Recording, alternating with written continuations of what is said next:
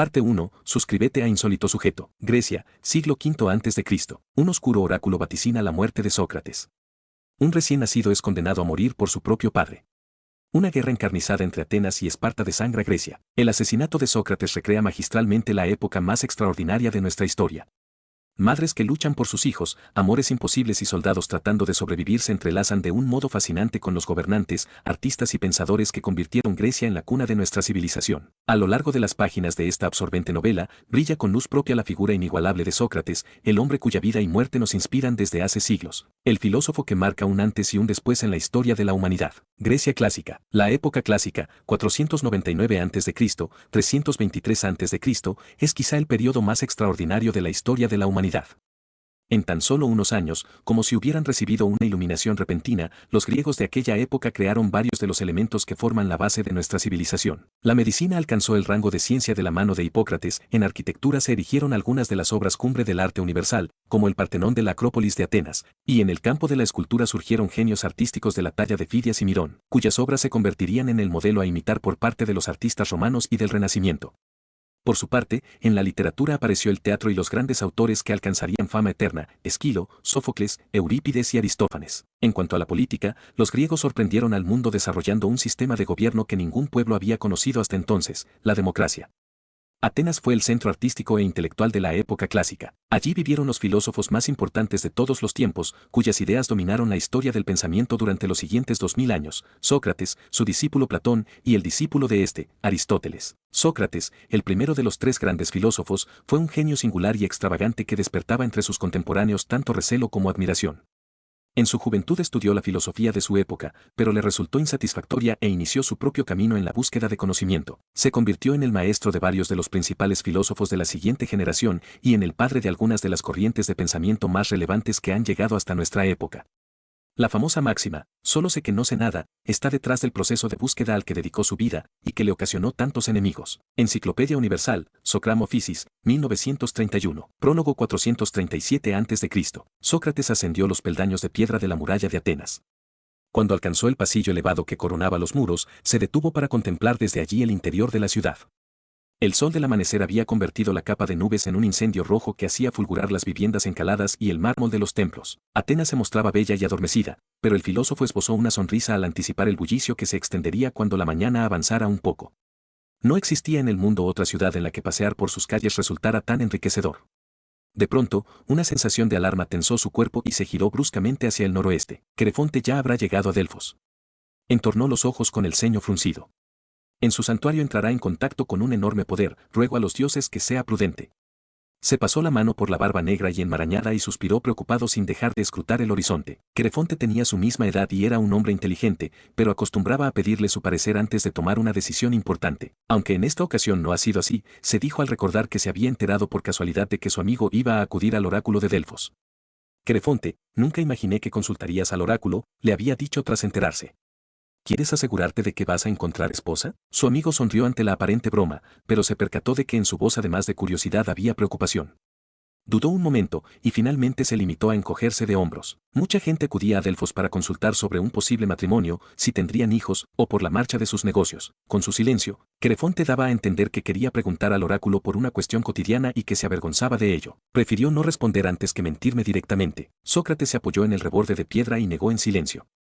Consultar el futuro entrañaba peligros, pero su amigo era demasiado impetuoso para que eso lo detuviera. ¿Qué secretos del destino pretendes desvelar, Crefonte? Perdonadme, dioses. Crefonte contuvo el aliento mientras contemplaba el santuario amurallado de Apolo. A sus 33 años era la primera vez que acudía a Delfos para consultar al oráculo, algo que todos los griegos procuraban hacer al menos una vez en la vida. Aunque siempre había pensado que sería un momento de esperanza, en su interior bullían la angustia y el miedo. Voy a hacer al dios la pregunta que no debe hacerse. Apoyó una mano sobre la túnica que le cubría el vientre y estrujó la tela mientras una náusea le recorría el estómago.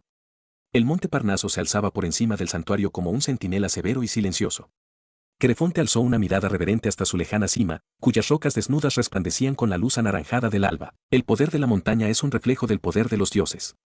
La fuerza espiritual de aquel lugar le resultaba opresiva y se dio la vuelta para librarse de la sensación. El terreno que acababa de recorrer descendía con fuerte pendiente hacia un valle frondoso, que se transformaba más al oeste en una prolongada llanura de olivares hasta las aguas del Golfo de Corinto. Unas águilas sobrevolaban el valle por debajo de donde él se encontraba. Cerró los ojos y se quedó atento a una posible señal divina, tal vez un susurro de advertencia que le hiciera olvidar aquella locura y regresar a Atenas. Decime que me vaya, y os obedeceré al momento. Aguardó con el espíritu expectante, pero los dioses ignoraron su súplica. Apretó los dientes e inició el ascenso hacia el santuario a través de la ciudad de Delfos.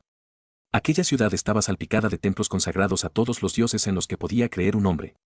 Al pasar frente a un pequeño templo dedicado a Asclepio, una voz a sus pies le hizo dar un salto. ¿Quieres que te revele el porvenir? Una anciana de pelo desgreñado, sentada sobre una tela raída, le dirigía una sonrisa en la que solo sobrevivían 2 dientes.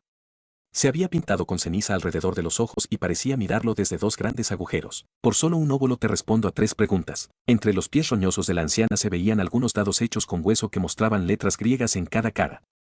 También había una vasija rellena de judías blancas y negras que servían para dar respuestas afirmativas o negativas. Querefonte negó en silencio y se alejó de la anciana. Veo sombras en tu destino, graznó ella a su espalda. Deberías averiguar cómo deshacerlas. Querefonte intentó no prestar atención a aquellas palabras, pero las arrugas de su ceño se volvieron más profundas. En Delfos eran innumerables los adivinos que proporcionaban respuestas sobre el futuro, ya fuese descifrando las combinaciones de los juegos de suerte o dándole un sentido revelador a cualquier suceso natural. Yo no necesito un intérprete de signos, necesito la respuesta directa del dios. Además, él no iba a consultar a Apolo sobre su porvenir. De hecho, ni siquiera iba a preguntar sobre sí mismo. Levantó hacia el santuario una mirada cargada de remordimiento. Voy a preguntar al dios sobre Sócrates. Hacía una semana, cuando estaba a punto de partir de Atenas, le había ocultado su propósito a Sócrates. Era la primera vez que no era sincero con su amigo desde que a la edad de 7 años habían comenzado a estudiar con el mismo pedagogo. Que los dioses me permitan regresar a Atenas y revelarte sus respuestas. Incluso en el caso de que su temeridad no acarreara consecuencias negativas, Sócrates se enojaría y volvería a decirle que era demasiado testarudo. Tendrá razón, se dijo resignado. Si se le metía una idea en la cabeza, le resultaba muy difícil no intentar llevarla a cabo. Tanto en sus juegos de infancia como cuando habían hecho juntos el servicio militar, Sócrates había tenido que ayudarlo en varias situaciones comprometidas a las que le había conducido su carácter obstinado. Recordar su relación hizo que la tensión de su rostro se atenuara. Su padre había muerto cuando él solo tenía 8 años, dejándolo con un vértigo de soledad y desamparo que mantenía sus ojos completamente abiertos noche tras noche. Su madre era una mujer retraída que al enviudar se volvió más taciturna, y durante meses él sintió que toda posibilidad de ser feliz o experimentar un momento de alegría había quedado sepultada en el pasado. Sócrates tenía su misma edad, pero supo llegar hasta él y hacerle salir de aquel estado de extravío, unas veces con su habilidad para las palabras, y otras, con su presencia silenciosa y constante. Después de aquella época, Querefonte acabó sintiendo que Sócrates era el puntal que daba seguridad a su vida de huérfano, una especie de hermano sabio y protector cuyos consejos siempre resultaban valiosos. A aquel afecto tan especial se le añadió antes de la adolescencia un enorme respeto por el intelecto de su amigo. Al escuchar a Sócrates, era como si una luz surgiera en la mente de Querefonte, revelando todos los matices e implicaciones de ideas que reflexionadas en solitario resultaban ambiguas o confusas. Incluso los pedagogos lo escuchaban con la boca abierta o le hacían callar porque no sabían responder a sus preguntas. La admiración de Querefonte por Sócrates se había incrementado todavía más en el ejército, cuando su amigo demostró ser tan recio y austero que era capaz de realizar descalzo unas maniobras militares en pleno invierno. En cualquier caso, era su cabeza privilegiada lo que desde hacía años le llevaba a pensar en él casi como un dios entre los hombres, y no le cabía duda de que, pese a tener poco más de 30 años, Sócrates ya era el mejor filósofo de Atenas. Una racha de viento le lanzó un remolino de polvo y entrecerró los ojos arrugando su nariz de púgil. Cruzó la puerta abierta en el muro del santuario y se detuvo al inicio de la concurrida vía sacra que ascendía en zigzag hacia el templo de Apolo. Ya estoy dentro del recinto sagrado. De repente experimentó una premonición difusa y oscura, un atisbo de catástrofe que le hizo desear salir corriendo. Se giró hacia atrás sintiendo que era su última oportunidad para evitar el desastre, pero pensó en la pregunta que quería hacer, tragó saliva y continuó. A ambos lados de la vía se alzaban estatuas donadas al santuario, la mayoría de mármol o de bronce. También había numerosos tesoros, edificios construidos para 15. Albergar las espléndidas donaciones de algunas ciudades. Querefonte caminó más despacio al pasar junto al tesoro de los Ifnios, una especie de pequeño templo realizado enteramente en mármol de Paros, de blancura inigualable. Al llegar a su extremo occidental, descubrió que las únicas columnas de su acceso eran 2 mujeres de mármol que sostenían el edificio sin esfuerzo aparente. Se apartó conforme volvía la vista atrás, siguiendo el recodo que hacía en ese punto la vía sacra, y en ese momento lo adelantaron 2 hombres. Uno de ellos lo golpeó con el hombro haciendo que cayera al suelo. Ni siquiera se molestaron en mirarlo mientras se alejaban. Querefonte sintió el impulso de lanzarse a por el hombre que lo había empujado, pero eso pondría en peligro la misión que lo había llevado a Delfos y se limitó a mirarlos con odio. Espartanos, se dijo al tiempo que se incorporaba. La túnica vasta que llevaban como única vestimenta revelaba su origen. No sabía si lo habían empujado al darse cuenta de que era ateniense, pero no le habría extrañado. El incremento del poder de Atenas había puesto en entredicho la hegemonía de Esparta. El recelo entre ambas ciudades no dejaba de aumentar, pese a que habían firmado hacía menos de una década la llamada paz de los 30 años. Es solo cuestión de tiempo que estalle una gran guerra entre nosotros. Aguardó hasta que los espartanos se alejaron y reanudó su avance por la vía sagrada. Ya me queda poco, se dijo notando que su desazón aumentaba. El templo de Apolo apareció a su izquierda, y al verlo recordó la respuesta que el rey Creso de Lidia había recibido al consultar al oráculo. El rey quería saber si era el momento adecuado para atravesar el río Alis, frontera natural entre Persia y Lidia, y lanzarse a la conquista del imperio persa. Creso, si cruzas el río Alis, destruirás un gran imperio. El rey Creso había dado por hecho que con esas palabras el oráculo había bendecido sus planes de conquista, pero los acontecimientos demostraron que el gran imperio al que se refería era el suyo. Lidia había caído en manos de los persas y aquel oráculo había quedado como ejemplo de la ambigüedad de muchas de sus respuestas. ¿Qué me dirá a mí?, pensó Querefonte cada vez más preocupado. Se unió a la muchedumbre que se congregaba alrededor del gran altar exterior de piedra. Estaban sacrificando una oveja que había llevado una embajada de Corinto, formada por 3 hombres, que al acabar entraron en el templo. Se aproximó a un sacerdote y éste le dijo que todavía faltaba un rato para iniciar el sorteo del turno de los consultantes particulares. Aún así, tomó sus datos y le indicó que no se alejara mucho. Querefonte vagó por los alrededores y se acercó a contemplar una estatua. Intentaba no pensar en la imprudencia que estaba a punto de cometer ante el oráculo, pero aquella figura representaba a Apolo y le pareció que el dios le dirigía una 16 expresión adusta. Se dio la vuelta y encontró la mirada de los espartanos que lo habían empujado. Como casi todos los guerreros de Esparta, los dos eran muy fornidos, su cabellera y su barba eran largas y no tenían bigote. Querefonte simuló indiferencia ante su presencia amenazadora, se alejó de ellos y caminó por el lateral del templo de Apolo. ¿Qué habrán venido a preguntarle al dios esos espartanos?, se dijo frunciendo el entrecejo. Las ciudades solían consultar el parecer del dios, y si era posible recibir su bendición, sobre acciones militares que querían llevar a cabo. Además, Esparta era una de las ciudades más devotas de Apolo. En el pasillo que bordeaba el templo había varias personas. La tensión era evidente en los rostros y en las escasas conversaciones. Todos iban a consultar al oráculo sobre algún asunto trascendental para ellos, y ante los dioses daba igual que fueran hombres ricos con túnicas pisadas de color púrpura y anillos de oro, como algunos de los que se cruzaban con Querefonte, o individuos humildes con sencillas túnicas de lana como la suya. Cruzó los brazos estrechando su cuerpo delgado y fibroso y le molestó comprobar que estaba temblando. Miró la pared del templo, entre 2 de las columnas acanaladas, y pensó que al otro lado la pitonisa estaría transmitiendo los mensajes del dios a la embajada de Corinto que había entrado hacía un rato. Pasó entre las columnas, levantó una mano y apoyó la palma en la pared de bloques de mármol. Notó su ligera aspereza y sintió una corriente cálida que fluía a través de sus dedos. Acercó la cara a la pared y cerró los ojos para concentrarse en el resto de los sentidos. Los oráculos permitían a los hombres conocer aquello que solo los dioses sabían, aquello que quizá los hombres no debamos conocer. Abrió los ojos sobresaltado y se alejó de la pared del templo. Algunos hombres lo miraron y temió dar la impresión de que estaba intentando espiar lo que el oráculo revelaba a la embajada. Bajó los ojos y se alejó por el pasillo. Delfios, espartanos y atenienses. Querefonte se apresuró a acudir a la llamada. En total comparecieron 14 hombres que se agruparon en torno a un sacerdote, mientras el resto se mantenía a distancia. No había ninguna mujer, no les estaba permitido consultar al oráculo. El sacerdote iba acompañado de un joven ayudante que sostenía una pequeña vasija pintada de rojo. Según lea vuestros nombres, él irá sacando fichas que indicarán el orden en el que entraréis. El sacerdote comenzó a nombrarlos y el ayudante extraía trozos de terracota con un número pintado y se los entregaba. Querefonte inspiró hondo y levantó la vista. El frontón del templo de Apolo estaba ornamentado con esculturas que representaban la llegada del dios al santuario. Antes de su venida, la gran serpiente Pitón, hija de la diosa Tierra, profetizaba en aquel lugar. Apolo había matado a Pitón y había ocupado el oráculo, pero en honor a la serpiente su sacerdotisa se llamaba Pitia o Pitonisa. 17. Querefonte de Atenas. El ayudante volteó la vasija sobre una mano. La última ficha tenía grabado el número 1. Acompáñame. Querefonte siguió al sacerdote mientras sacaba una bolsa de monedas con una mano que no podía disimular su agitación. Pagó una dracma por el pastel sagrado que hacía las veces de taza de consulta al oráculo, y 3 óbolos, media dracma, por una paloma que el sacerdote sacrificó con rapidez en el altar exterior. Después entregó al sacerdote, como donación adicional, el resto de la bolsa. Contenía cerca de 40 dracmas de plata, una insignificancia comparado con el león de oro que había donado el rey Creso, pero suponía que los dioses tenían en cuenta el esfuerzo de cada uno. Así se lo había manifestado Sócrates en varias ocasiones, y 40 dracmas era mucho dinero para él. Pasaron entre las columnas y llegaron al pronaos o vestíbulo del templo. El sacerdote le pidió que esperara y desapareció en el interior. En la soledad del vestíbulo, Querefonte sintió una repentina aprensión. Estaba en el templo de Apolo, en el lugar que Zeus, rey de los dioses, había dictaminado que era el centro del mundo. Notó una presencia junto a él y al girarse descubrió una estatua de Homero. Le habían hablado de esa estatua, pero lo había olvidado. Homero era, junto con Hesiodo, el poeta al que todos los griegos estudiaban, el hombre que les había transmitido la mayoría de lo que sabían sobre los dioses y los héroes. En el pedestal de la estatua, una inscripción mostraba el famoso oráculo que había recibido Homero. Patria no tienes, sino tierra materna, leyó Querefonte en voz baja.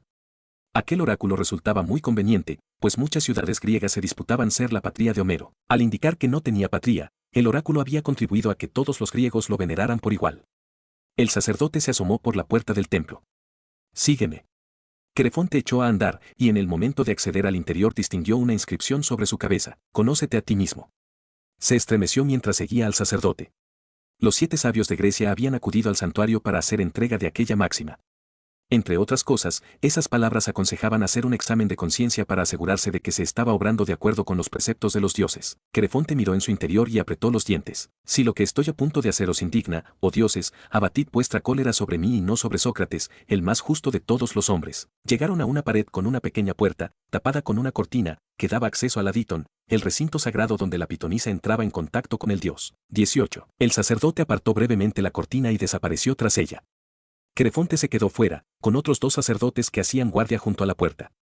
No le dijeron nada, pero era evidente que le impedirían mirar en el recinto de la sacerdotisa en caso de que intentara semejante sacrilegio. Desde el interior le llegó una voz cansada de mujer mayor. Haz tu pregunta. Querefonte miró de reojo a los sacerdotes y luego dirigió la vista hacia la cortina. ¿Hay algún hombre más sabio que el ateniense Sócrates, hijo de Sofronisco? Se hizo el silencio. Querefonte percibió una sombra tenue en la cortina, quizá la de la propia sacerdotisa moviéndose en su asiento. Oyó una respiración que se volvía pesada y trabajosa. Observó la reacción de los sacerdotes, pero estos permanecían con la vista al frente como si no prestaran atención. La respuesta de la pitonisa llegó con una energía que lo sorprendió, no una oleada de intensa satisfacción recorrió el cuerpo de Querefonte. El propio dios ha proclamado que Sócrates es el hombre más sabio. Miró fijamente hacia la cortina con la respiración agitada, dudando si marcharse. De pronto la sacerdotisa volvió a hablar: tienes una segunda pregunta. Mientras se desvanecía el eco de aquellas palabras, Querefonte notó que el frescor del templo se transformaba en un frío gélido. La pregunta que no debe hacerse. Pensó en irse, en escapar corriendo, pero el dios sabía a qué había venido. Debía de haber visto sus pensamientos, sabría que quería preguntar y quizá ya tenía la respuesta. Estaba demasiado cerca, no podía renunciar a saberlo. ¿Qué? Su garganta se había secado y solo se oyó un gemido áspero. Tragó saliva y volvió a hablar: ¿qué muerte le aguarda a Sócrates? Los 2 sacerdotes se giraron rápidamente hacia él. La voz ronca de la pitonisa murmuró algo incomprensible. La sombra se movió en la cortina a la vez que el murmullo se repetía con más fuerza. De repente se oyó un largo chisporroteo. Por los laterales de la cortina salieron hilillos de humo y se extendió el aroma intenso del laurel. La piel de Querefonte se erizó cuando la sacerdotisa de Apolo profirió un gemido prolongado que terminó quebrándose. La techa jadeó como si se ahogara y comenzó a articular algo con el fondo de la garganta. Exclamó varias palabras casi gritando y luego inició un susurro veloz. Querefonte no era capaz de distinguir lo que decía. Se acercó a la cortina y los sacerdotes lo agarraron de los hombros. La voz de la sacerdotisa se extinguió. Los 2 hombres lo hicieron retroceder al tiempo que la cortina se apartaba lo justo para 19. Que saliera el sacerdote que acompañaba a la pitonisa. Lo miró en silencio durante un segundo y él sintió que le estaba recriminando su insensatez. Ven. El sacerdote se alejó del adítón y Querefonte lo siguió hasta que llegaron a una cámara adosada al muro interior del templo. Allí había otro sacerdote colocando rollos de papiro y pliegos de pergamino. Supuso que se trataba del archivo del templo. Espera aquí. Los sacerdotes hablaron entre sí mirándolo de vez en cuando. El que lo había acompañado desde el principio escribió algo en 2 pequeños pergaminos. Guardó uno de ellos y se quedó de pie leyendo el otro, como si dudara si debía entregárselo. Querefonte agachó la cabeza y cerró los ojos, casi deseando no conocer la respuesta de Apolo. Pretender conocer el secreto de la muerte a menudo acarreaba consecuencias funestas, y aún resulta más peligroso querer alterar su curso. La voz del sacerdote lo sobresaltó. Aquí tienes tu respuesta. Le tendió el pergamino. Que los dioses acompañen tu viaje de regreso. Querefonte murmuró un agradecimiento y se dirigió a la salida del templo, leyendo con avidez el pergamino. El oráculo lo dejó sin aliento. Continuó caminando y chocó con un hombre. Miró alrededor, desorientado. Estaba junto al altar exterior. Se alejó del templo de Apolo y bajó dando tumbos por la vía sacra. Unas lágrimas incipientes emborronaron su vista y se detuvo junto al tesoro de los ifnios. Se apoyó en su pared de mármol y abrió el puño en el que había estrujado el pergamino con el oráculo. Las palabras del dios Apolo sobre su amigo Sócrates, el más sabio de todos los hombres, seguían ahí. Su muerte será violenta. Apretó los párpados para hacer caer las lágrimas. Su muerte será violenta, a manos del hombre de la mirada más clara. Un grupo de espartanos pasaron junto a él, mirando sus lágrimas con desprecio. Se fijó en sus rostros, uno a uno, pero todos tenían los ojos oscuros. Se apartó del tesoro de los ifnios y echó a correr descendiendo la fuerte pendiente de la vía sacra. Debía encontrar al hombre de la mirada más clara antes de que matase a Sócrates. 20. Primera parte 437 a.C. 21. Un día, habiendo partido para Delfos, Querefonte tuvo el atrevimiento de preguntar al oráculo si había en el mundo un hombre más sabio que yo. La Pitia le respondió que no había ninguno. Platón. Apología de Sócrates. 22. Capítulo 1. Esparta, 437 a.C. Deyanira respiró con rapidez varias veces, tratando de reunir algo de fuerza en medio de aquel dolor inmisericorde. Olía a sudor y sangre. Hinchó los pulmones, elevando su pecho desnudo, y empujó de nuevo para que el bebé avanzara a través de sus entrañas. «¿Vas bien?». El esfuerzo la hizo gruñir mientras miraba entre sus piernas abiertas a la mujer que tenía delante, sentada con expresión ceñuda a los pies de su lecho. Desplazó la mirada hacia la otra mujer que había en la alcoba. En una mano sostenía unos trapos limpios y con la otra acercaba una lámpara de aceite para que la partera hiciese su trabajo. Los ojos de la mujer rehuyeron los suyos. Deyanira se dejó caer jadeando sobre el colchón de lana, empapado con sus fluidos, y su vista se perdió en las penumbras del techo. «Protege a mi hijo, Artemis Ortia, no dejes que le pase nada». Aunque había visto mucha sangre, el parto estaba siendo más rápido que el primero. Habían transcurrido 4 años, pero nunca olvidaría la resistencia del robusto Calícrates a abandonar su interior, como si se agarrara a sus tripas con sus manos regordetas. También recordaba la emoción que en aquel parto se respiraba a su alrededor, una alerta inquieta pero también alegre por asistir al milagro de dar a luz. En aquella ocasión, en algún lugar de su casa aguardaba orgulloso su marido Euxeno. «Mi difunto marido», se dijo con amargura. Cerró los ojos, deseando poder hacer que su hijo se quedara dentro de ella. Su cuerpo le indicó que tenía que seguir apretando, se irguió y al empujar notó que el bebé se deslizaba, un pez inocente abandonando sus aguas cálidas. La partera terminó de extraer al niño y los ojos grises de Deyanira se llenaron de lágrimas. «Ya no podré protegerte». El bebé lloró débilmente, apenas una queja. Sus brazos tiritaban mientras la comadrona lo limpiaba y lo envolvía en una tela limpia. La ausencia de emoción en el rostro de la mujer llenaba de angustia el corazón de Deyanira, que alzó una mano hacia su hijo. La partera hizo un gesto a la otra mujer para que se ocupara de Deyanira y se giró hacia la puerta con el bebé en brazos. «No». Deyanira intentó incorporarse en vano, había perdido demasiada sangre. «Déjame verlo, déjame tocarlo». La mujer se detuvo. La miró y se volvió de nuevo hacia la puerta abierta. Sacudiendo la cabeza, se acercó a la cama y dejó al bebé en el pecho sudoroso de Deyanira, que se apresuró a besarlo. 23. «Mi hijo. Mi bebé». El niño sacó una manita y la apoyó en la piel mojada de su madre. Su cabeza se movió hacia ambos lados como si olfateara con torpeza. Deyanira rozó con el dorso de un dedo su pequeña mandíbula y el recién nacido separó los párpados. Sus ojos eran grises como los de su madre, pero tan claros que parecían transparentes. Deyanira lo contempló extasiada. «Lo siento». Los dedos de la partera envolvieron a su hijo y lo apartaron. «No». Deyanira mantuvo las manos alrededor de él, pero tuvo miedo de hacerle daño y cedió. «No». La partera le dio la espalda y se alejó. «Decidle que es su hijo».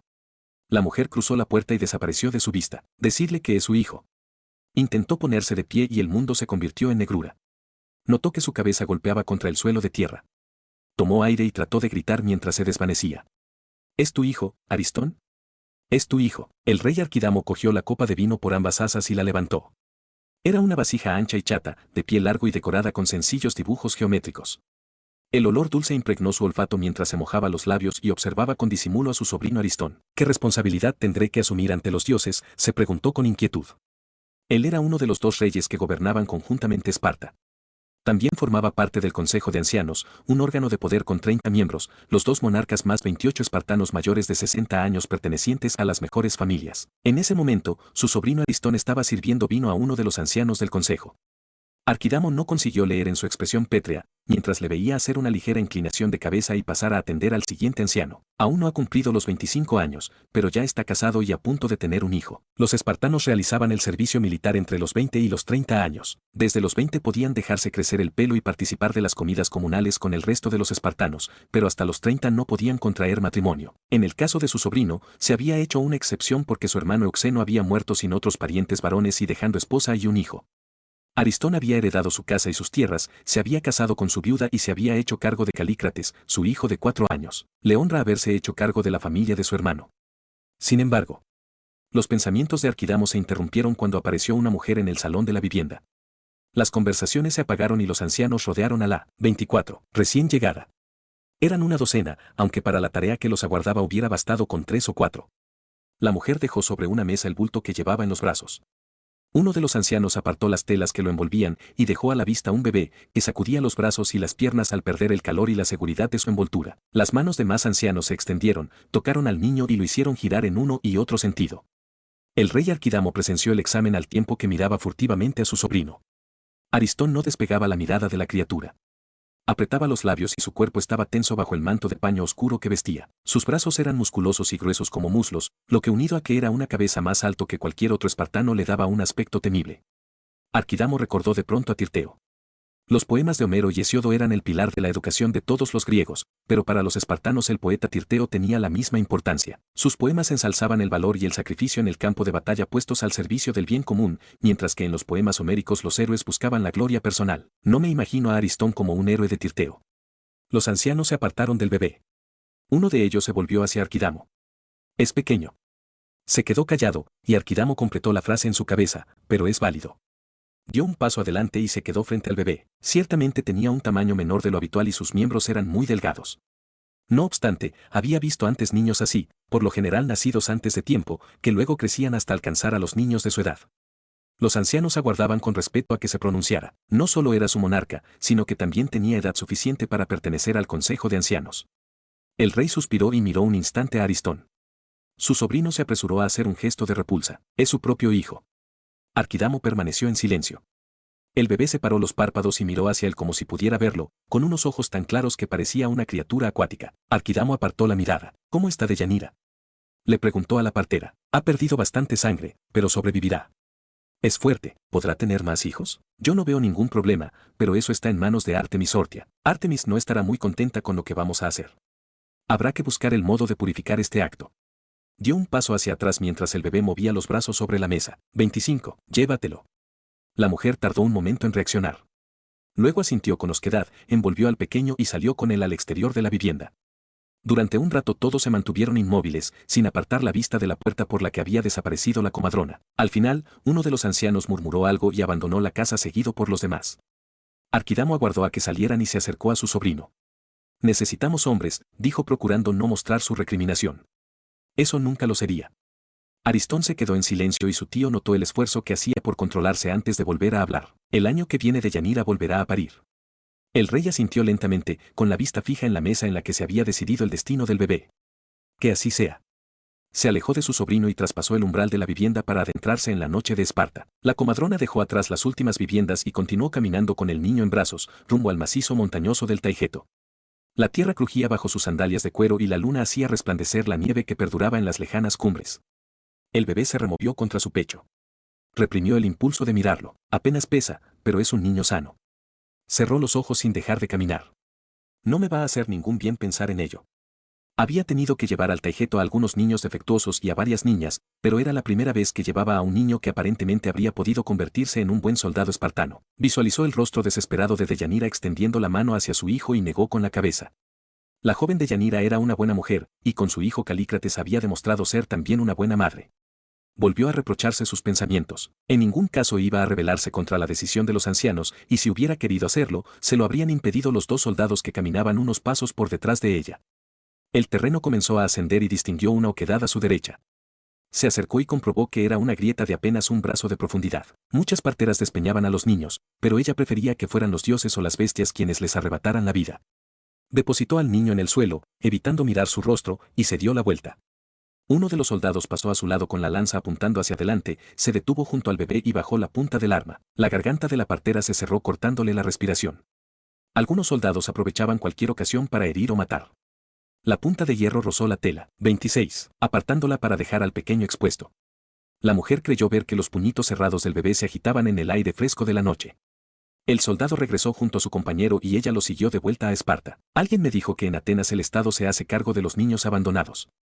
La partera rechazó el pensamiento y se apresuró a escupir en el suelo. Los atenienses eran débiles y traicioneros, y sus costumbres habían corrompido su sociedad.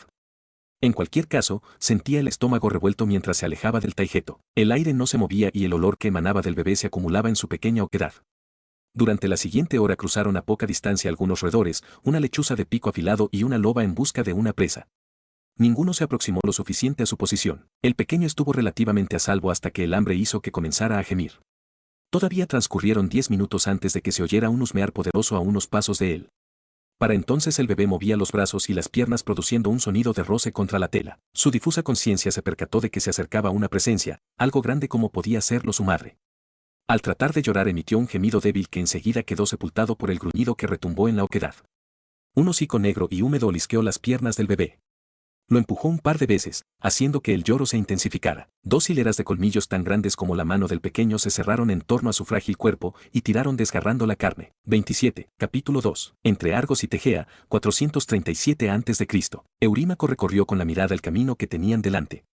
Serpenteaba a través del espeso bosque como una culebra que huyera, lo que le impedía ver dónde estarían al cabo de 100 pasos. Giró la cabeza hacia su esposa, Altea, que se bamboleaba lentamente a lomos del burro. Cuando sus ojos se encontraron, Eurímaco sonrió a través de su encrespada barba castaña y se volvió de nuevo al frente. Espero que no quede mucho. La cara de Altea estaba pálida como la cera y cubierta de gotas de sudor, a pesar de que entre los árboles se filtraba una brisa bastante fresca con olor a resina y agujas de pino. Como el niño se adelante, no sé qué vamos a hacer.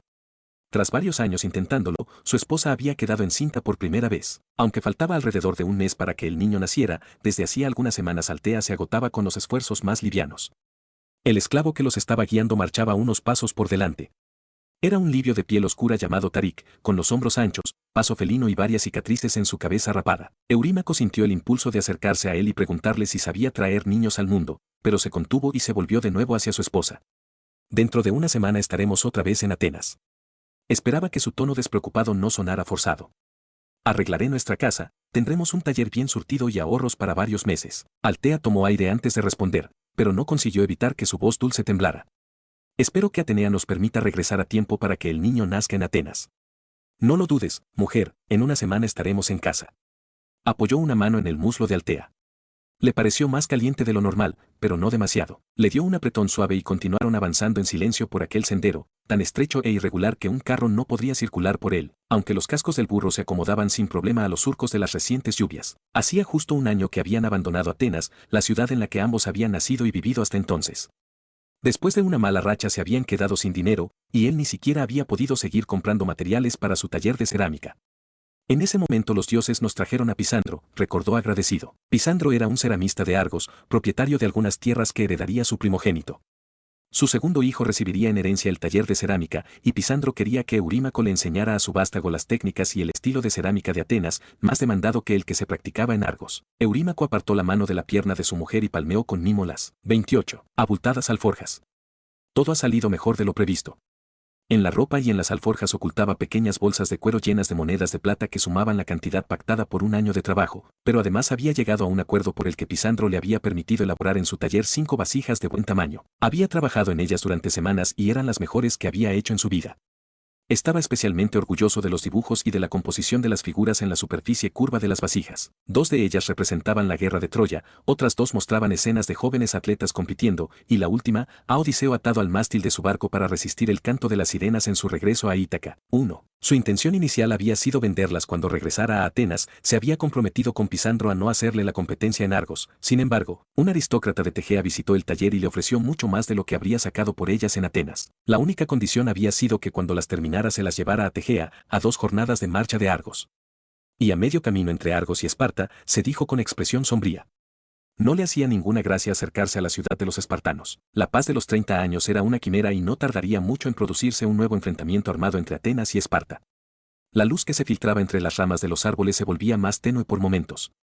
Eurímaco escudriñó la maleza a ambos lados del camino y luego siguió atento a las irregularidades del suelo. Por fortuna para ellos, los espartanos habían hecho de la austeridad casi una religión y en consecuencia su producción artística, incluyendo la cerámica, era muy pobre.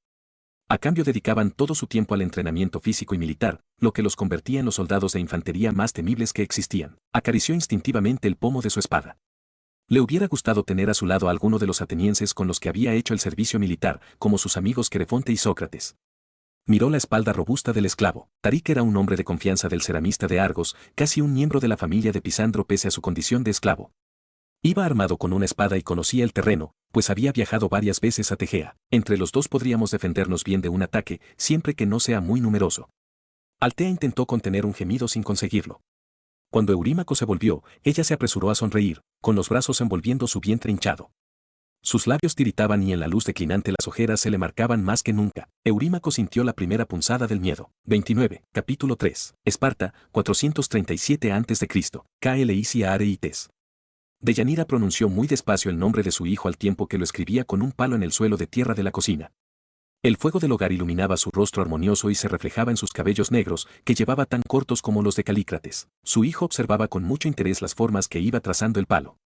A continuación, comenzó a copiar lentamente su nombre, cada letra debajo de las que había dibujado su madre. Aparenta más de 4 años. Deyanira sonrió con orgullo. La mirada atenta de Calícrates le recordaba a la de Oxeno, el padre del pequeño. No se parece a mí, tiene los mismos ojos oscuros que Oxeno y es igual de silencioso. Calícrates hablaba poco, pero era curioso e inteligente. Deyanira se alegraba de haber recibido una educación que le permitiera enseñar a su hijo a leer y escribir. Era consciente de que en muchas ciudades griegas casi ninguna mujer sabía leer. En la misma Atenas las mujeres recibían menos formación que en Esparta, además de tener menos libertad. Yo podré enseñar a Calícrates antes de que lo aparten de mi lado. A los 7 años se llevaban a todos los varones libres a vivir a barracones comunales. A esa edad comenzaban la agogé, la austera y exigente educación espartana que acababa convirtiéndolos en los mejores soldados del mundo. Calícrates pasó la mano por la tierra para borrar una letra que le había salido mal, frunció los labios e intentó volver a hacerla. Deyanira notó una oleada súbita de cariño mientras contemplaba sus esfuerzos. Por vía paterna, su hijo pertenecía a una rama colateral de la dinastía del rey Arquidamo. Si fuera el heredero directo al trono, no tendría que pasar la agogé. Así era desde hacía siglos, los niños destinados a ser reyes no debían aprender a obedecer sino a mandar. Su hijo se incorporó y la miró con un brillo expectante en los ojos. Muy bien. Lo has hecho mejor que, se calló al ver que la expresión de Calícrates se enfriaba como las brasas bajo el agua. Estaba mirando detrás de ella. Aristón, ve a tu dormitorio. Calícrates la obedeció de inmediato y pasó junto a su padrastro pegándose a la pared. Deyanira sintió que su vientre se tensaba al encarar a Aristón, que rozaba con la cabeza las vigas de madera del techo y pesaba el triple que ella. Quiere lo mismo de siempre. Su marido solía dormir en los barracones militares, como todos los espartanos, y pasaba la mayor parte del tiempo con sus compañeros. Las pocas veces que se acercaba a la residencia familiar era para acostarse con ella. 30. La garganta de Aristón emitió un sonido ronco de satisfacción y anhelo. Echó a andar hacia Deyanira despacio, como un depredador que sabe que su presa no puede escapar. Solo había transcurrido una semana desde que ella había dado a luz, pero ya habían llevado a cabo los rituales de purificación por el nacimiento, así como por la muerte del bebé. Aristón la había deseado desde que ella se casó con su hermano, hacía 6 años, y todavía disfrutaba con la novedad de que Deyanira fuese suya. Se detuvo a un paso y recorrió con la mirada el cuerpo de su esposa.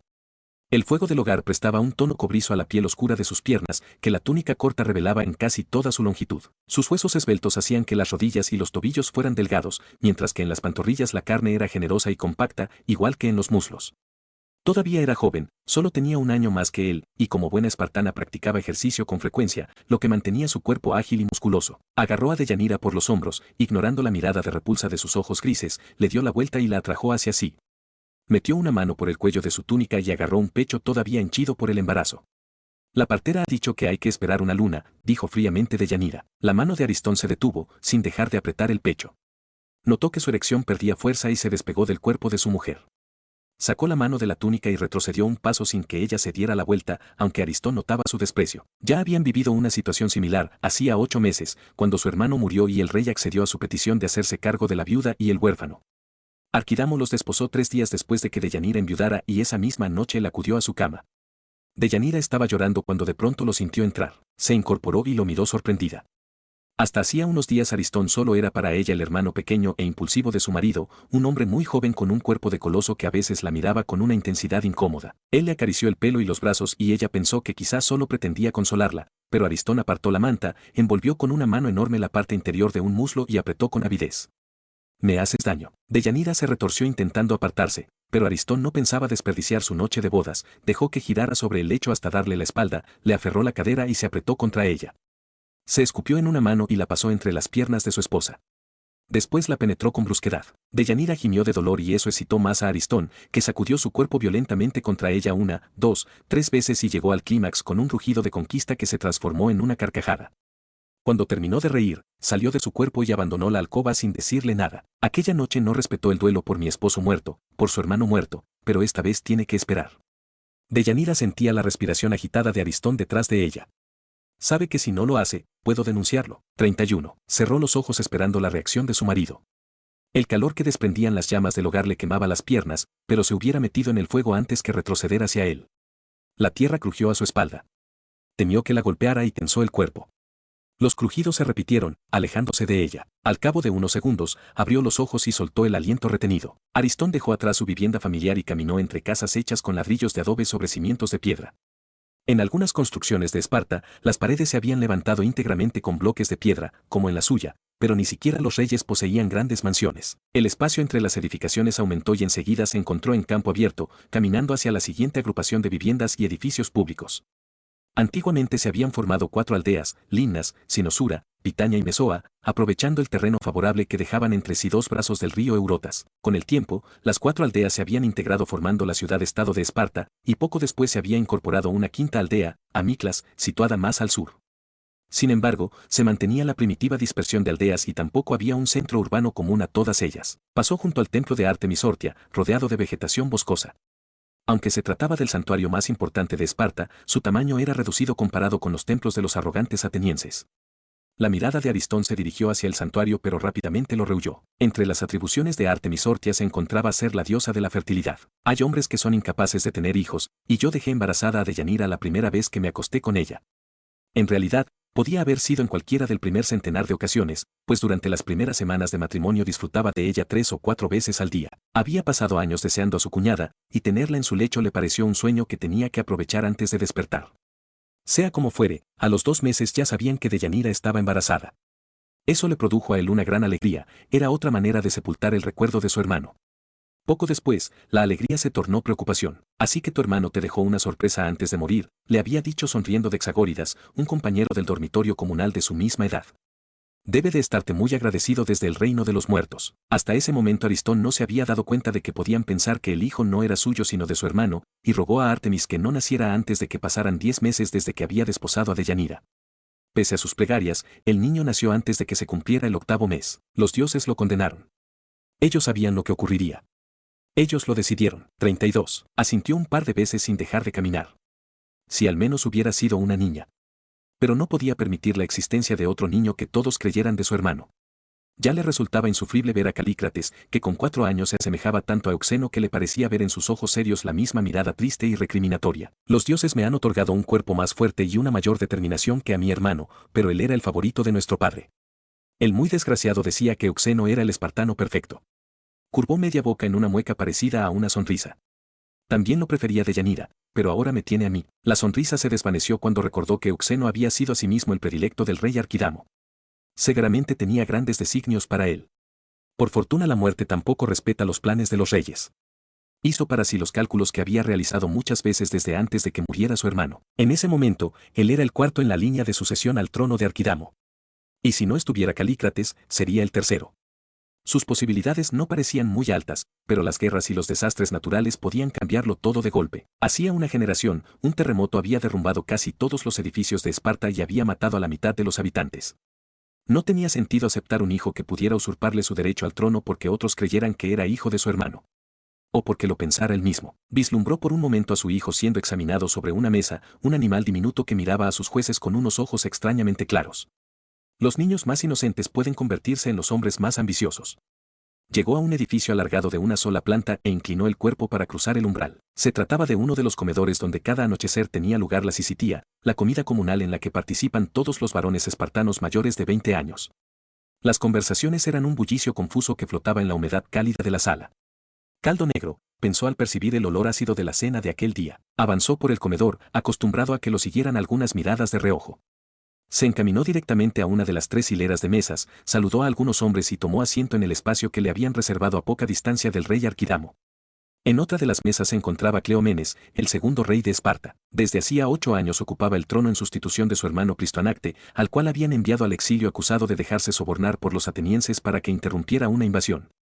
Después de aquellos hechos humillantes, se había firmado con Atenas la paz de los 30 años. Plistoanacte es un traidor y un cobarde, Aristón negó en silencio, es increíble que lleve la misma sangre que Leónidas. El rey Leónidas era el mayor héroe de la historia reciente de Esparta. Con 300 espartanos había contenido durante 2 días, en el estrecho paso de las Termópilas, los ataques en oleadas del inmenso ejército persa de Jerjes. 33. Resistieron hasta que murió el último de los espartanos, recordó con orgullo. Atenas y Esparta se disputaban la primacía en el honor y la gloria de la guerra contra los persas. Atenas tenía a sus héroes de Maratón y de la batalla naval de Salamina, sin duda grandes victorias, pero Esparta contaba con Leónidas y sus 300 espartanos de las Termópilas, además de con los soldados de la batalla de Platea en la que los persas fueron expulsados definitivamente. Era cierto que en Platea los atenienses y los espartanos habían combatido juntos, pero el comandante en jefe del ejército aliado griego había sido un espartano, y la clave de la victoria fue la superior disciplina y experiencia de los guerreros de Esparta. Aristón se dedicó a escuchar en silencio las conversaciones de sus compañeros de mesa mientras esperaba a que le llenaran el cuenco de comida. Pese a que él ya estaba casado y con un hijo a su cargo, hasta que cumpliera 30 años no pasaría a ser uno de los homoioi, uno de los iguales, ciudadanos con plenitud de derechos que formaban parte de la asamblea y podían ocupar cargos públicos. A partir de los 30 años, los espartanos participaban en las campañas del ejército de hoplitas, soldados de infantería pesada, que combatían con coraza, escudo y yelmo de bronce. Además, a esa edad recibían un lote de tierra que les permitía no tener que trabajar para así dedicarse a la vida pública y al ejército, y debían contribuir de un modo equitativo a la comida comunal. Un cocinero colocó una olla sobre la mesa y le llenó el cuenco de caldo negro, el famoso guiso espartano elaborado con sangre, vino avinagrado y vísceras de cerdo. Se llevó el cuenco a la boca y dio un largo trago, sintiendo que el líquido salado y espeso le calentaba el estómago. Sacó con los dedos un trozo de tripa y lo masticó mientras prestaba atención a las palabras de Arquidamo. A mí también me preocupa el creciente poder de Atenas, el rey estaba respondiendo a Brásidas, el oficial con el que mejor se llevaba Aristón, pero si atacamos a los atenienses sin haber llegado a un acuerdo con nuestros aliados, lucharíamos nosotros en solitario contra Atenas y todos los suyos. Su poderío crece con mayor rapidez que el nuestro, insistió Brásidas. Prolongar esta paz absurda, fruto de los sobornos de los atenienses a Plistanacte, empeora nuestra posición en una guerra que tendrá lugar antes o después. Aristón se unió a los gruñidos de asentimiento de la mesa. Muchos atenienses viven fuera de las murallas de Atenas, continuó Brásidas. Su líder Pericles sabe que podemos invadir su territorio con un gran ejército y que eso dejaría en la miseria a miles de atenienses que ahora lo apoyan. No puede permitírselo. La cabellera entrecana de Arquidamo se agitó cuando movió la cabeza exasperado. Pericles podría convencer a sus ciudadanos de que se alimentaran de aire y volvería a recibir sus votos. Se alzaron varias voces mostrándose de acuerdo. La prosperidad de Atenas en las 34 últimas décadas se debía en buena parte a Pericles. Muchos espartanos lo admiraban tanto como lo odiaban, conscientes de su perspicacia y de su poder de persuasión. Si dependiera de mí, Atenas estaría ardiendo dentro de 2 meses, se dijo Aristón apretando los puños. No entendía las reticencias del rey Arquidamo. Su padre, que además era primo de Arquidamo, había muerto en su lecho hacía 10 años, pero durante la década anterior había sido un tullido que arrastraba vergonzosamente una pierna inútil por las calles de Esparta, a causa de las heridas sufridas en una batalla contra los atenienses. Muchos decían que aquello era un motivo de orgullo, pero para Aristón su padre se había convertido en un ser patético al que procuraba evitar. Inspiró hondo y se quedó mirando los restos de comida de su cuenco. Todavía no era uno de los iguales, se suponía que debía escuchar para aprender o en todo caso intervenir respetuosamente, pero no se sentía con ánimo de mostrarse respetuoso ante ideas tan cortas de miras y cobardes. Volvió a llenar los pulmones, despacio. Desde los 7 años hasta los 20, el Estado se había hecho cargo de su educación, igual que de la del resto de los espartanos libres, y le habían sometido a una disciplina extrema. Yo no he nacido para obedecer, sino para mandar. Se había repetido aquello día tras día. Tenía sangre real, y con su padre y su hermano muertos, se convertiría en rey si su rama de la dinastía recuperaba el trono. De momento sería el regente de Calícrates, con tiempo de sobra para librarme de él. Recorrió con la mirada los rostros de la mesa y terminó en Arquidamo. Ya no era un niño, tenía que ser práctico y procurarse una red de aliados. Incluso entre los cobardes. Cuando los primeros hombres se marcharon, se despidió de los miembros de su mesa y abandonó el comedor. Caminó ensimismado, sin dirigirse a los barracones militares ni a la casa donde dormían Deyanira y Calícrates. La luna lo miraba con media cara resplandeciente en lo alto de un cielo estrellado. De pronto se percató de que el terreno se había vuelto más abrupto y se detuvo para mirar alrededor. Al advertir dónde estaba se le erizó la piel de los brazos. Tenía frente a él los primeros repechos del Taigeto. Estaba recorriendo el mismo camino que hacía una semana, cuando 1 hora antes del alba había interrogado a uno de los soldados que habían escoltado a la partera. ¿Dónde dejasteis al niño? Ni su tono ni su semblante reflejaban la atormentadora culpabilidad que experimentaba. Me gustaría asegurarme de que ya. El soldado, un hombre de unos 50 años al que la barba le cubría el cuello, enarcó las cejas y lo observó en silencio. Pensó que aquel bebé debía de llevar horas en el estómago de algún animal, miró hacia el Taigeto y se volvió de nuevo hacia Aristón. Te acompañaré. La partera lo dejó en una pequeña hondonada y no te sería fácil. 35. Localizarlo, en caso de que quede algo. Yo mismo aparté la tela que lo cubría para que todo fuera más rápido. Aristón asintió sin decir nada y se pusieron en marcha. Al cabo de un rato llegaron a los pies del Taigeto. Es ahí, El hombre señaló al frente con la lanza, un poco más adelante. La oquedad estaba parcialmente tapada por unos arbustos y no distinguieron su interior hasta que estuvieron encima. Se encontraba vacía. Aristón se agachó, examinó la tierra y se dio cuenta de que estaba removida. Lobos. Pasó 2 dedos por unas marcas de arañazos en la pared reseca de la oquedad. Al menos uno, bastante grande. El horizonte había palidecido y el terreno mostraba diferentes tonalidades pardas. Tomó una pizca de tierra más oscura, la frotó entre el índice y el pulgar y se la llevó a la nariz. No percibió el olor de la sangre, pero tuvo la certeza de que era sangre de su hijo. Mira. Aquí. Al girarse vio que el soldado se inclinaba sobre unos arbustos y se levantaba sosteniendo algo claro en una mano. Esto es sangre, afirmó el hombre al tiempo que se acercaba. Es la tela que envolvía al niño. Aristón la cogió y la extendió para examinarla. Tenía varias manchas de sangre y un largo desgarrón. Durante varios segundos la contempló en silencio. Ya podemos regresar. Se dio la vuelta sin esperar al soldado y echó a andar hacia Esparta. 36. Capítulo 4. Entre Argos y Tegea, 437 a.C. El bosque estaba cada vez más oscuro. Tarik se volvió hacia Eurímaco y Altea, apretó los labios sin decir nada y siguió caminando. Lo sé, vamos demasiado despacio. Eurímaco miró preocupado a su mujer. Altea cabeceaba con los ojos entrecerrados, varios mechones de su larga cabellera morena se pegaban a su frente mojada. No podemos ir más rápido. Habían salido de Argos al amanecer y habían hecho un par de paradas cortas para descansar. Antes del anochecer deberían haber llegado a la posada que había a medio camino de Tegea, pero cada vez que Altea gemía, Eurímaco hacía que el burro fuera un poco más despacio. Su mujer murmuró algo sin abrir los ojos. Eurímaco puso una mano en su pierna y la notó más caliente que antes. Está delirando. Abrió la boca para preguntarle al esclavo cuánto faltaba. En ese momento, Tarik se derrumbó. ¿Qué? Al instante siguiente la maleza se abrió cerca de Tarik.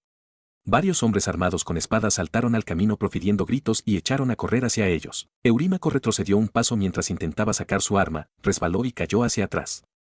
Su espalda chocó contra el lomo del burro y consiguió mantenerse en pie. Uno de los asaltantes llegó a su altura y volteó la espada contra su cara. Eurímaco recordó su instrucción militar y se impulsó hacia el hombre con un brazo en alto. La base de la espada se clavó en su antebrazo y la hoja afilada golpeó débilmente contra su cabeza. Altea gritaba detrás de él. Eurímaco levantó el puño con todas sus fuerzas y encontró la mandíbula de su contrincante, que se desplomó como un fardo.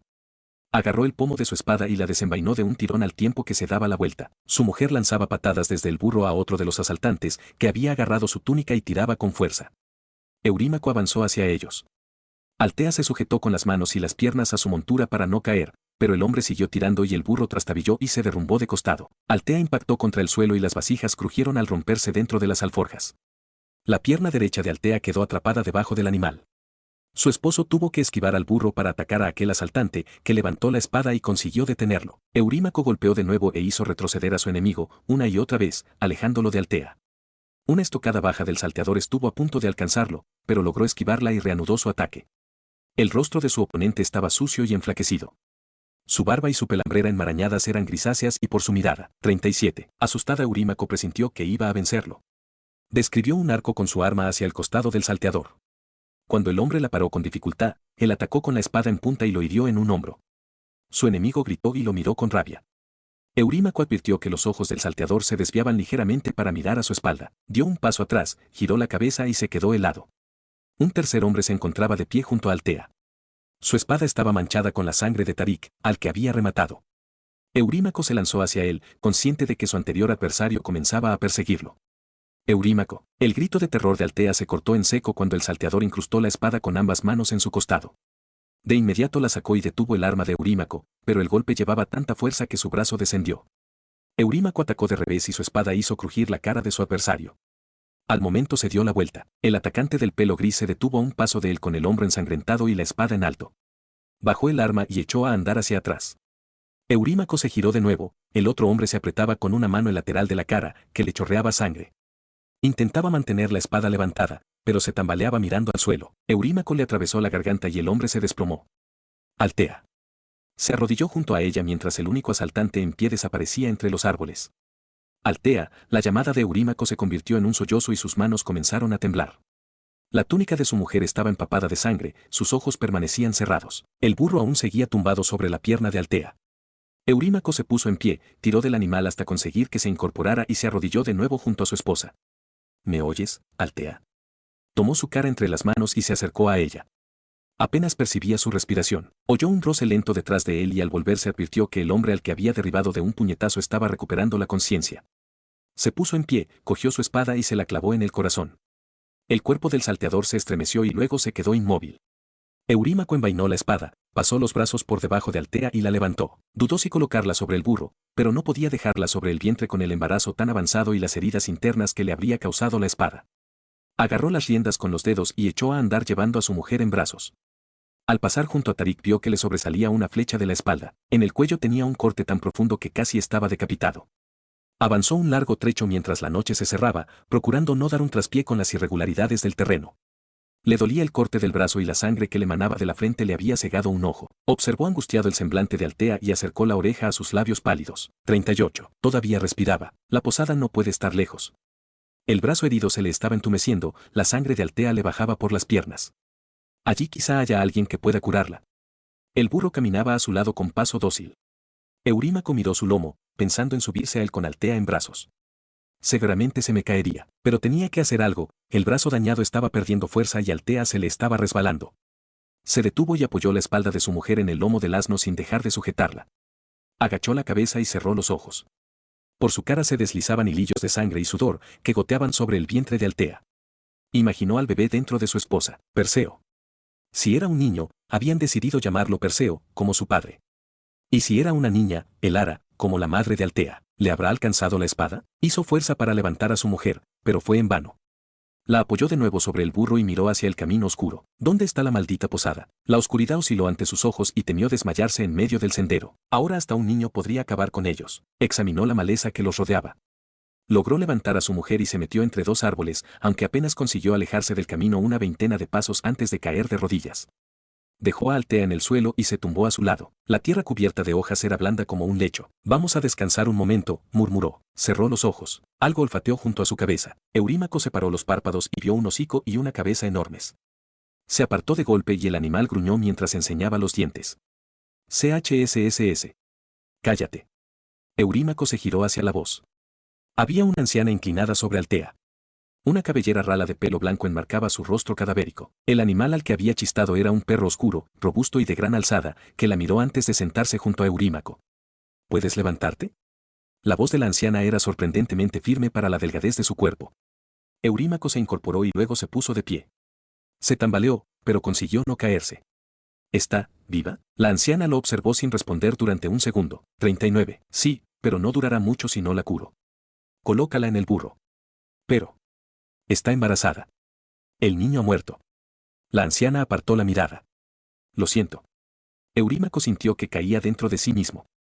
Tardó un rato en reaccionar, dio unos pasos torpes hacia Altea e intentó levantarla. Necesitó la ayuda de la anciana para lograrlo, y entre los dos la dejaron cruzada sobre el burro. Agárrala para que no se caiga. La anciana cogió las riendas y echó a andar con el perro a su lado. Eurímaco caminó al otro lado del burro sujetando a su mujer. Deseaba susurrarle algo a Altea, pero lo único que había en su cabeza era la muerte de su hijo y no quería que ella lo supiera. Avanzaron durante algunos minutos, alejándose cada vez más del camino, hasta que la anciana se detuvo. Ya hemos llegado. Eurímaco observó el entorno desconcertado. No era capaz de distinguir nada aparte de la vegetación espesa que los rodeaba. La enigmática mujer se acercó a la maleza, metió las manos y apartó de un tirón varias ramas entrelazadas. Por el hueco que se abrió surgió con andar pesado otro perro tan grande como el que los había acompañado. Son mis guardianes. La mujer cogió de nuevo las riendas del burro y miró dubitativa a Altea. Vas a tener que sostenerla en brazos para entrar. Levantó a su esposa mientras la anciana agachaba la cabeza y pasaba tirando del burro por el hueco que había abierto. Uno de los perros la siguió y el otro se quedó fuera, con su enorme cabeza ladeada hacia Eurímaco, que se apresuró a internarse en la maleza procurando que a Altea no se le enganchara el pelo en el ramaje. El muro de vegetación que acababan de atravesar ocultaba un pequeño calvero rodeado por una muralla de árboles gruesos. Su anchura no era mayor de 5 o 6 pasos. Eurímaco vio algo que parecía una caja de madera labrada y supuso que sería un altar. Espero que el influjo de Asclepio sea fuerte en la anciana. Asclepio era el dios de la medicina, además de un dios profético. Aquella mujer debía de ganarse la vida como curandera y adivina, aunque parecía muy autosuficiente, quizá vivía con sus enormes perros al margen de los hombres. En aquel espacio oculto también había un saco de tela, un par de bolsas grandes de cuero, una cacerola y una manta, que la anciana extendió en el suelo. Túmbala ahí. Eurímaco depositó a Altea con mucho cuidado sobre la manta. Un momento después, se extendió por el calvero una luz suave que hizo que las manchas pardas de la túnica de su mujer se volvieran rojizas. La anciana colocó una pequeña lámpara a un lado de Altea y le alzó la túnica. El perrazo se acercó a husmear, pero ella lo apartó de un empujón y se inclinó para examinar a Altea. Es una herida fea. Muy fea. Eurímaco sintió un pánico helado al verla, 40, enorme raja abierta como una boca en el vientre de su mujer. Pero puedo curarla. ¿Cómo puede curarse una herida semejante, por todos los dioses? Siguió a la anciana con la mirada mientras ésta abría una de las bolsas y extraía una aguja curva de la que colgaba un hilo grueso. Se acercó a Altea, juntó con los dedos los bordes de la herida y los cosió con pulso firme. Altea no abrió los ojos, pero su respiración se agitó mientras la aguja la atravesaba. Eurímaco apoyó con suavidad una mano en la frente de su mujer. Estaba mojada y fría. La anciana cogió un cuenco de madera, mezcló agua con varias sustancias e hizo una pasta espesa de color ocre, que untó con los dedos sobre la herida de Altea. Déjame ver tu brazo, dijo cuando terminó. Eurímaco lo acercó a la lámpara. La espada le había golpeado en mitad del antebrazo y tenía un corte profundo con los bordes hinchados. Es un rasguño comparado con la herida de Altea. La anciana untó el corte con la pasta y él notó un escozor intenso. Agacha la cabeza. La mujer cubrió con pasta el corte que tenía en la frente. Después del escozor, la zona se le quedó insensible. Os voy a dar algo para que no entren por vuestras heridas espíritus dañinos. También os ayudará a dormir.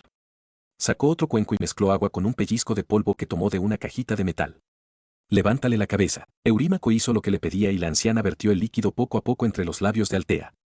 Después de vaciar algo menos de la mitad, le alargó el cuenco a él. Bébete el resto.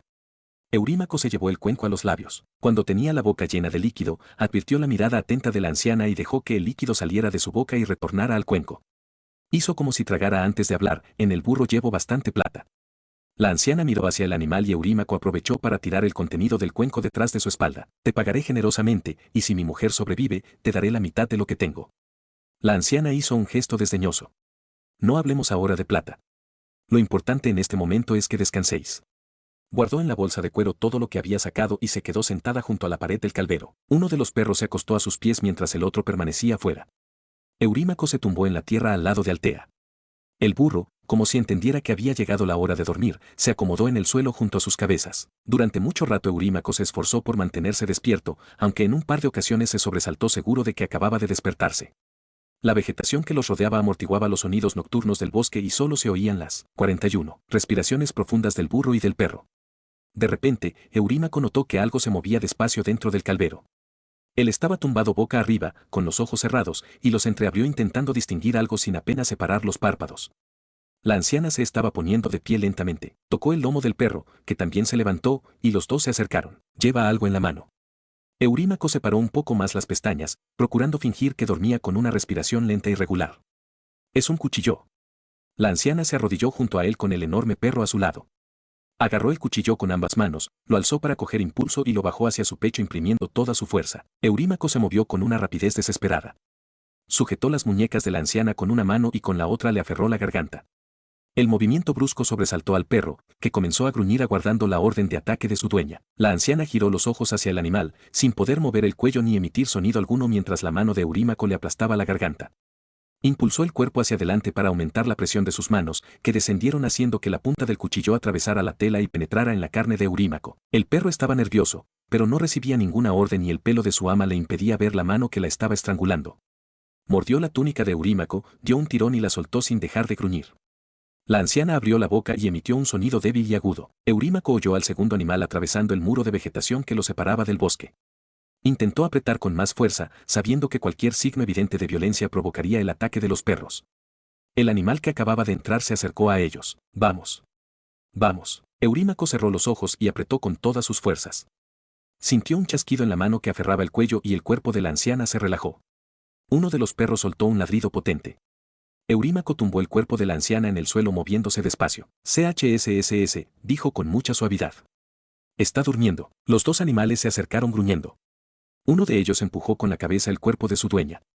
Eurímaco se puso de pie entre la anciana y Altea y agarró la empuñadura de su espada sin llegar a sacarla. Me despedazarían en un momento. Soltó el pomo de la espada, se acercó lentamente a las bolsas de la anciana y abrió una de ellas. Había un animal muerto, sin pelo, parecía un cerdo pequeño. De pronto le vio la cabeza y el horror hizo que se estremeciera. Se trataba de un bebé humano, un bebé muy pequeño con heridas en la espalda y el hombro. Le ha sacado el niño a Altea. Miró hacia atrás sintiendo ganas de vomitar. Los perros daban con el hocico a su ama y Altea estaba tumbada al otro lado. No, 42. Es posible. No puede haberlo hecho sin que me haya enterado. Se enjugó el sudor que se le metía en los ojos y abrió la otra bolsa. Estaba llena de recipientes, frascos, pequeños paquetes de tela o cuero y un par de cajitas metálicas. Era una de estas. Cogió las cajitas y se puso de pie al tiempo que se le acercaba un perro ladrando con el lomo erizado. El otro perro los miró aumentando la intensidad de sus gruñidos. Eurímaco abrió una de las cajitas, su contenido parecía el mismo polvo que había utilizado la anciana. ¿Cómo consigo que se lo coman? El segundo perro se aproximó y comenzó a ladrar furioso, un sonido grave y poderoso que resultaba espeluznante. Eurímaco se quedó muy quieto, planteándose si lanzar el polvo hacia la boca de los animales, pero se dio cuenta de que eso solo lograría enfurecerlos más. Uno de los perros amagó un ataque hacia su ingle y Eurímaco retrocedió de un salto. Acercó la mano a la espada. Eran más rápidos que él, probablemente ni siquiera conseguiría herir a uno, pero ya no tenía otra opción. Al otro lado del claro, el burro se había despertado y pisoteaba el suelo resoplando.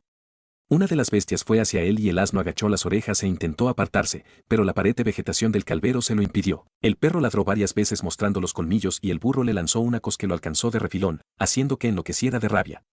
Aunque el burro intentó defenderse dando coces, el animal que arremetía contra él era mucho más ágil y logró rodearlo evitando sus intentos de protegerse. La poderosa mandíbula del perro apresó una pata delantera y el asno rebuznó aterrado.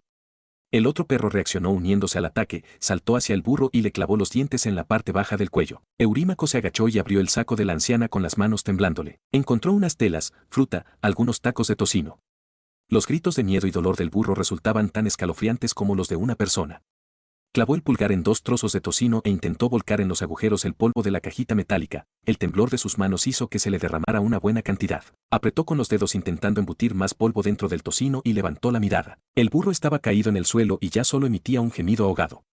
Uno de los perros tenía las fauces cerradas alrededor de su garganta y el otro le mordía debajo de la nuca. Eurímaco se colocó detrás de la anciana y arrojó los trozos de tocino hacia los animales. CHSSS, tomad, susurró muy suavemente. Los perros se volvieron hacia él y comenzaron a avanzar con los hocicos ensangrentados.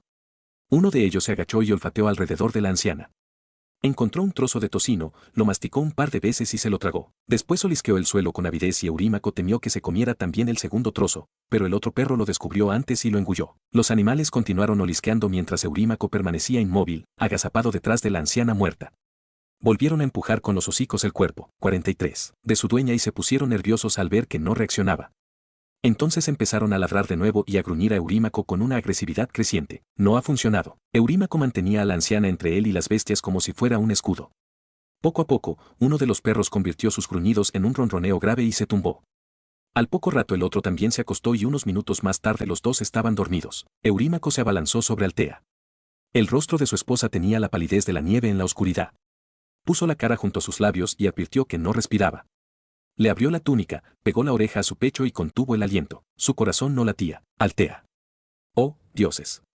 Sus ojos se llenaron de lágrimas mientras abrazaba el cuerpo frío. Esa misma tarde le había asegurado que en una semana estarían en Atenas, comenzando una nueva vida. Te prometí que nuestro hijo nacería en Atenas, susurró llorando. Pasó una mano por el vientre herido de Altea. No es posible. Nunca volvería a oír a su esposa, a sentirla, su hijo no nacería. No es posible. De pronto le asaltó una duda y se incorporó. Levantó la túnica de Altea y observó su cuerpo desnudo a la luz de la luna. La única raja era la del costado, que seguía cosida. La anciana no le había abierto la tripa para sacar al niño. El bebé de la bolsa no es el nuestro. Contempló el escenario de muerte que lo rodeaba, sacó la espada y golpeó con furia a los perros, una y otra vez hasta casi decapitarlos.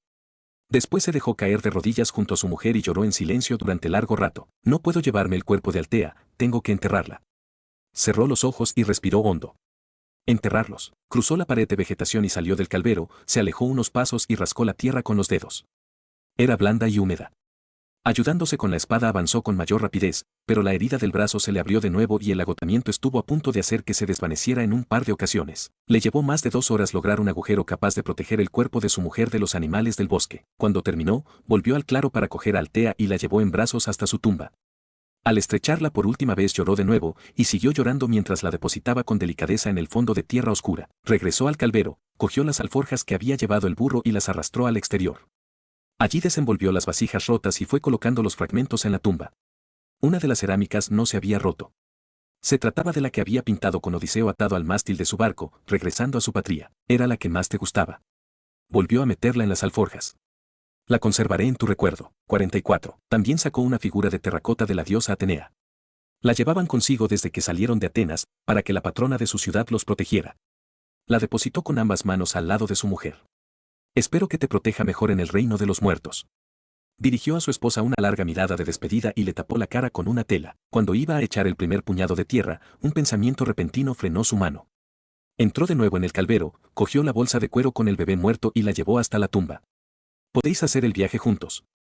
Sacó el pequeño cuerpo de la bolsa, se arrodilló para dejarlo con Altea y el bebé gimió. El sobresalto hizo que Eurímaco estuviera a punto de dejarlo caer.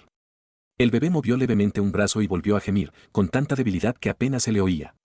Eurímaco se dio cuenta de que las heridas que el pequeño tenía en un hombro y la espalda estaban cicatrizando. ¿Por qué lo habrá mantenido con vida? Al momento imaginó la respuesta.